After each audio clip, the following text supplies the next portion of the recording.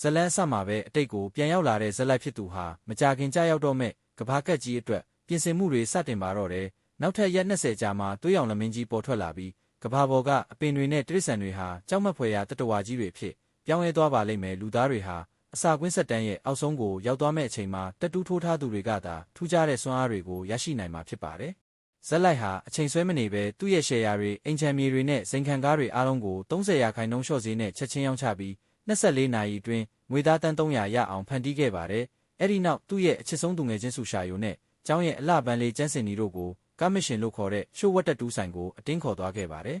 မင်းတို့ငါ့ကိုယုံရင်ဒီနေ့ငါပြောတဲ့အတိုင်းလုပ်ပါလို့ဇက်လိုက်ကအလေးနက်ပြောခဲ့ပါတယ်သူဟာဒေါ်လာ1 သန်းတန်ကတ်တကတ်ကိုချပေးပြီးတက်တူးเสียကိုဆူရှာယိုကဘယ်ဘက်လက်မောင်းမှာနေကြညာဘက်လက်မောင်းမှာအာလန်ရှန်နဲ့ဖျားနဲ့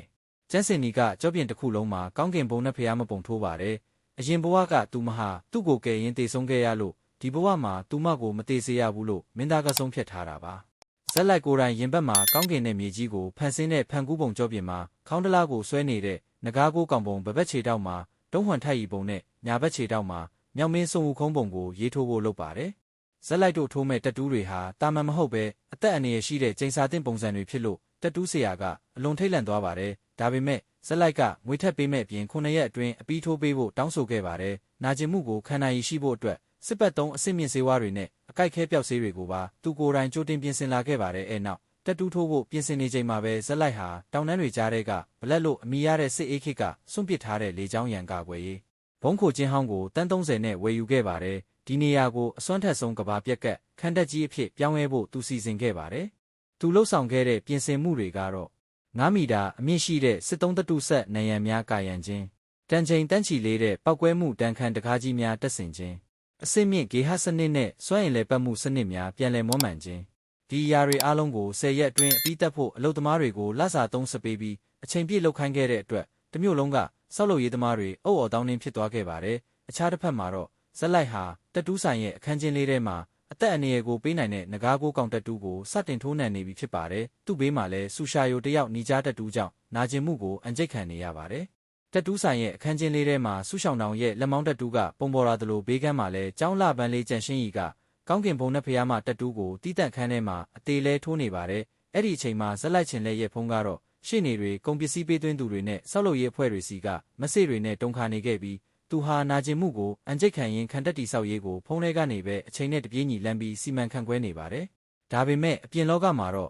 သူထေးသားတယောက်ပိုင်ဆိုင်မှုတွေအကုန်ရောင်းပြီးတောရဲကထောင်ဟောင်းကိုဝယ်ပစ်တယ်ဆိုတဲ့သတင်းကလူမှုကွန်ရက်ပေါ်မှာဟိုးလေးတကြော်ဖြစ်သွားပါတယ်ချင်းလက်ရဲ့ရန်သူဟောင်းဖြစ်တဲ့မြို့ရဲ့အချမ်းသာဆုံးသူထေးသားစုရွေဤကစိန်ခံဘီလာတွေကနေလိုက်လွင့်ပြီးချင်းလက်ကိုအယူတယောက်လိုပြောင်ကျကျလောင်ပြောင်ပါတော့တယ်ပိုဆိုးတာကချင်းလက်ရဲ့ရေစာဟောင်းကြောက်ယူချင်းဟာလဲစုရည်ဘေးမှာကတ်ထိုင်ပြီးသူယူသွားတာစောစောတီးလို့တော်သေးတာပေါ့အခုတော့အဲ့ဒီအဆင့်တန်းမရှိတဲ့တက်တူးတွေနဲ့ပဲတေးပစေလို့လောင်ရဲခဲ့ပါတယ်သူမရဲ့ခါမှာလဲအရင်ဘဝကမရှိခဲ့ဘူးတဲ့သွေးရောင်ပန်းပွင့်တက်တူးတစ်ခုရှိနေတာကိုချင်းလက်တတိထားမိလိုက်ပြီးသူမဟာစုရည်ကိုမျက်နာလိုမျက်နာရလို့ဖို့စူးစမ်းနေမှန်းရိပ်မိခဲ့ပါတယ်လိုက်ထဲကလူတွေကလည်းချင်းလက်ကိုစိတ်ကျမ်းမာရေးဆေးရုံပို့ရမယ်ဆိုပြီးဝိုင်းဝန်းဆဲဆိုကြတဲ့အတွက်ဆူရှောင်းတောင်ကဒေါသတကြီးနဲ့တွားချပစ်ဖို့လုပ်ပေမဲ့ချင်းလက်ကတော့အေးဆေးပါပဲအခုမြင့်မြင့်ခုံနိုင်လေနောက်မှပြုတ်ကြရင်ပိုနာလေပဲလို့တွေးပြီးသူ့သူငယ်ချင်းကိုစားနေရိတ်ခါတည်ယူပို့ဆောင်ရေးအဖွဲ့တွေကိုပဲတေချာစောင့်ကြည့်လို့ပြောလိုက်ပါတယ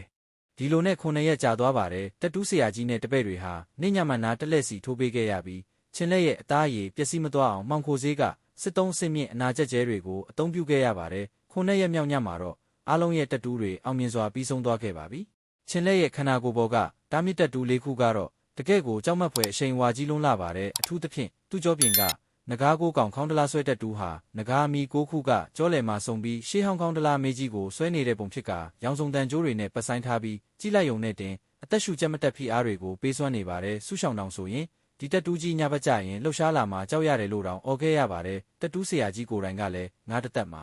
ဒီလိုစမ်းကြယ်ပြီးအစွမ်းထက်တဲ့အလုပ်မျိုးတစ်ခါမှမလုပ်ဘူးလို့အမွှမ်းတင်ခဲ့ရပါတယ်သွေးရောင်လမင်းကြီးရောက်လာဖို့12ရက်ပဲလိုပါတော့တယ်ချင်းလဲတို့အဖွဲ့ဟာဗလက်ရော့ခန္ဓာကြီးစီတွားရောက်စစ်ဆေးခဲ့ပြီးလေဝင်လေထွက်စနစ်စွမ်းအင်ဗဟိုချက်နဲ့ဂေဟစနစ်တွေကိုအောင်မြင်စွာစမ်းသပ်မောင်းနေနိုင်ခဲ့ပါတယ်နောက်ထပ်12ရက်လုံးလုံးချင်းလဲဟာမအိပ်မနေပဲခန္ဓာကိုကိုယ်တိုင်ကြီးချက်ပြင်ဆင်ခဲ့တယ်လို့ညဘက်တွေမှာလဲတာမီတက်တူးတွေရဲ့ပြင်းထန်တဲ့တံပြန်တန်းကိုသူ့ရဲ့ဝိညာဉ်စွမ်းအားနဲ့အပတ်တကုတ်ထိန်းချုပ်ခဲ့ရပါတယ် တစ်ဖက်ကလည်းစံကြုံအသားစိမ်းစီတုပ်ဖူးတွေတောက်သုံးရည်ဆေးဝါးတွေနဲ့ဒီဇယ်စီတွေကိုကားကြီးတွေနဲ့တောင်ထဲကိုမပြတ်တည်ယူခဲ့ပြီးနေမြေကျော်သွားလာနိုင်တဲ့ကားတွေအရန်မီးဆက်တွေနဲ့စစ်သုံးကာအကွယ်ဝတ်စုံတွေကိုဈေးကွက်ထဲမှာပြက်လက်သွားတဲ့အထိအကုန်သိန်းကျုံဝယ်ယူခဲ့ပါတယ်အပြင်လောကကလူတွေကသူ့ကိုအယူလို့ထင်နေကြပေမဲ့ယဉ်ကျေးမှုကဘာကြီးပြတ်သုံးဖို့အချိန်သိမ့်မကြံတော့မှန်းသူသိပါတယ်ကဘာပြက်ကတ်မတိုင်ခင်တရက်လိုမှာတော့စားနပ်ရိက္ခာနဲ့ရိက္ခာပစ္စည်းအားလုံးကိုခံတက်ရဲ့မြေအောက်လောင်ကန်ကြီးတွေထဲမှာအပြည့်စုံသိမ်းဆည်းနိုင်ခဲ့ပါပြီ